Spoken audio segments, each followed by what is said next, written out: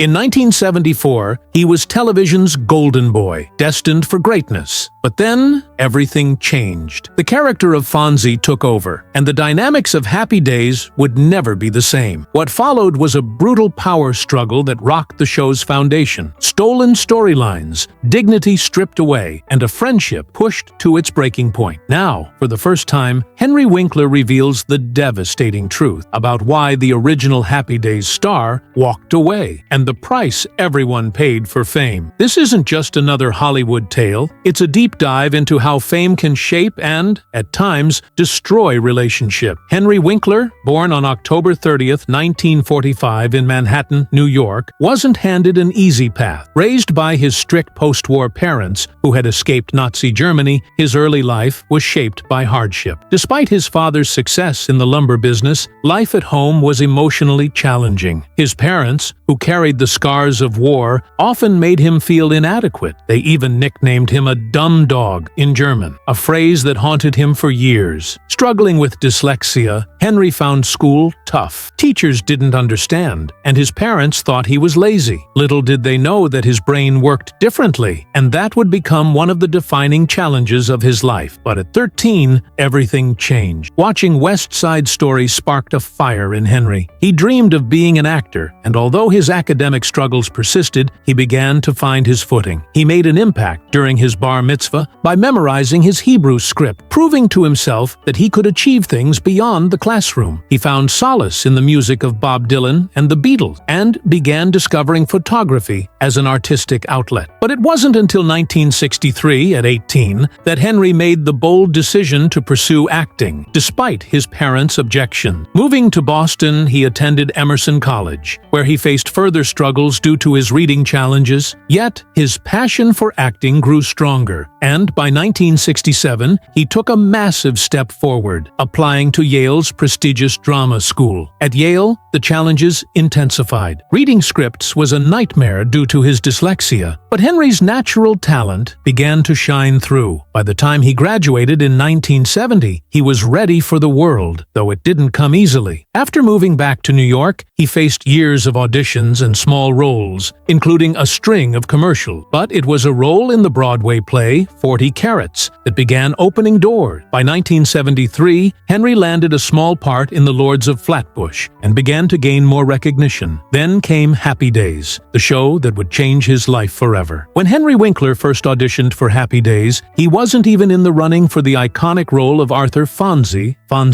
Initially, he tried out for a smaller part, but the producers were so impressed by his audition that they offered him the role of Fonzie, a tough guy from the wrong side of the tracks. At first, Fonzie wasn't supposed to be the star. He was just a side character. But Henry brought something to the role that no one expected: depth. Viewers began to love his tough guy persona, mixed with moments of vulnerability. Fonzie wasn't just a greaser. He was a symbol of loyalty, resilience, and coolness that the audience could relate to. But here's the twist. The more Fonzie grew, the more tension grew behind the scenes. ABC executives weren't sure how to handle this unexpected star power. They even went so far as to ban Fonzie from wearing his signature leather jacket unless he was near his motorcycle, creating an absurd situation that had to be rewritten into the show's narrative. But as Fonzie became a sensation, the network finally relented, and the jacket became a permanent part of his wardrobe. By season 2, Henry Winkler was no longer just a side character. He was the star. His popularity skyrocketed, and soon, Fonzie merchandise was earning millions of dollars. However, as Henry's star rose, tensions with his co-stars deepened. Ron Howard, who played Richie Cunningham, had been the show's original lead, but as Fonzie's role expanded, Richie's moments became fewer and fewer. This shift caused frustration, though Ron Howard never blamed Henry. The producers even floated the idea of renaming the show Fonzie's Happy Days, but Henry refused, knowing that it wouldn't be fair to the rest of the cast. The show's creator, Gary Marshall, backed the cast's wishes, but the tension was palpable. Even though things were difficult, Henry stood up for his fellow actors, and the cast continued to work together to ensure the show's success. After Happy Days ended in 1984, Henry found himself facing a tough reality. He was so closely identified with Fonzie that casting directors couldn't see him as anything else. It took him nearly a decade to break free from that image, but Henry didn't give up. He reinvented himself. In 1988, he directed Memories of Me, marking a significant shift in his career. While the film didn't become a hit, it was a pivotal moment. By 1993, Henry was producing Cop and a Half with Burt Reynolds, which opened up new opportunities for him. Slowly but surely, he built a reputation as a multi-talented force in Hollywood. But there was one moment Henry would forever regret: turning down the role of Danny Zuko in Grease. The part was eerily similar to Fonzie, but Henry feared being typecast. John Travolta took the role, and Grease became one of the most iconic films in history. Henry later joked about the decision, saying, "I went home and had orange juice. Travolta went home and bought a plane." Even though he regretted the decision, Henry admitted that Travolta was perfect for the role. By the early 2000s, Henry found a whole new audience. His role as Barry Zuckerkorn in Arrested Development was a complete departure from Fonzie, and fans loved him in this new light. He even poked fun at his past, which only endeared him to a new generation. But it was in 2018, when he won an Emmy Award for his role in Barry, that Henry proved it's never too late to reach new heights. At 72 years old, he won his first Emmy, 42 years after his first nomination. This moment was a testament to his perseverance and talent. Winkler, whose career has been rich with ups and downs, faced his own battles with learning disabilities. Diagnosed with dyslexia in his early 30s, it was a challenge that shaped much of his life. Yet he turned it into an asset, writing the Hank Zipser books for children to help them navigate similar struggles. In a touching testament to his resilience, Winkler didn't just pen stories for young readers. He became a beacon of inspiration, showing that even the most seemingly impossible obstacles could be overcome with heart. The series, which began with Niagara Falls, or Does It, in 2003, became a huge success, with Winkler dictating the tales to his co-author, Lynn Oliver. His books, often used in schools, have given countless children the courage to tackle their own challenges head-on. However, even with this literary success, Winkler's path wasn't always smooth. Reflecting on his time as the beloved Fonz, he opened up in his memoir, Being Henry, The Fonz and Beyond, detailing not just the highs of fame, but also the tension behind the scenes. While Happy Days cemented his place in pop culture, it wasn't all smooth sailing. The book reveals some surprising revelations, like his rocky relationships with co-stars Anson Williams, Potsy, and Tom Bosley, Howard Cunningham, as well as his mixed feelings about the show's overwhelming focus on his character. Yet, even in the face of these challenges, Winkler maintained grace, speaking openly about the complexities of working in Hollywood while balancing family life. Meanwhile, Howard, who once felt overshadowed by the Fonz phenomenon, carved his own path as a renowned director. Despite the early frustrations with Happy Days, where his character, Richie Cunningham, was gradually sidelined in favor of Winkler's iconic Fonzie, Howard found his true calling behind the camera. His directorial career soared, with notable successes like Night Shift and Cocoon, while his recent documentary about Jim Henson earned him critical acclaim, including an Emmy. It was clear at the 2024 Emmys that Howard's journey from the early days of Happy Days to his current triumphs had come full circle. As Winkler proudly looked on, their reunion wasn't just about celebrating their shared history, it was a tribute to their individual growth, resilience, and the legacy they've created both in front of and behind the camera. Their friendship is something rare in Hollywood, a beacon of support that extends far beyond professional ties. Winkler and Howard have been there for each other through thick and thin, from career struggles to personal milestones. Winkler, after battling self-doubt in the 80s, found new life in acting thanks to Howard's encouragement. In fact, Howard even helped Winkler rediscover his love for acting during a visit to the set of Cocoon. It's moments like these that show just how much their relationship has shaped not only their careers, but their personal lives as well. And that's a wrap on today's Celebrity Updates. Don't forget to hit that like button, drop a comment, and subscribe for more Hollywood gossip. Stay tuned for more legendary stories, because in Hollywood, the spotlight never fades.